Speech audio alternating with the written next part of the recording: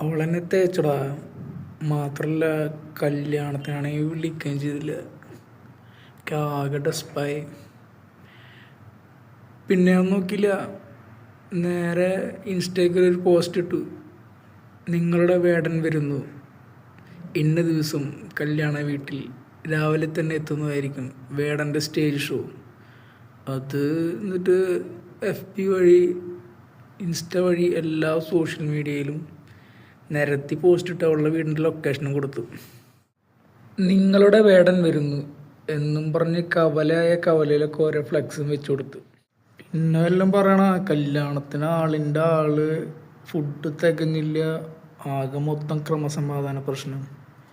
പെണ്ണിൻ്റെയും ചെക്കൻ്റെയും അച്ഛനമ്മേനെ ഏതൊക്കെ പെൺപിള്ളേർ വന്ന് തടഞ്ഞും വെച്ച് ഒരേ ചോദ്യം, വേടൻ എവിടെ, എവിടെ ഞങ്ങളുടെ വേടൻ. അവസാനം സംഗതി കഴിയുന്ന പോയിന്ന് കണ്ടപ്പോൾ പെണ്ണിൻ്റെ ആങ്ങളെ നേരെ സ്റ്റേജിൽ കയറിയിട്ട് പറഞ്ഞ് വേടൻ എന്തുകൊണ്ട് വന്നില്ല എന്നതിനെക്കുറിച്ച് രണ്ടു വാക്ക് സംസാരിക്കാൻ ശശികല ടീച്ചർ ഇങ്ങോട്ട് വന്നുകൊണ്ടിരിക്കുകയാണെന്ന്. അത് കേട്ടപ്പോൾ ആൾക്കാർ ഇന്ന് വൃത്തിയില്ലാതെ മനസ്സില്ലാ മനസ്സോടെ പിരിഞ്ഞുപോയി പ്രശ്നം പരിഹരിച്ച്.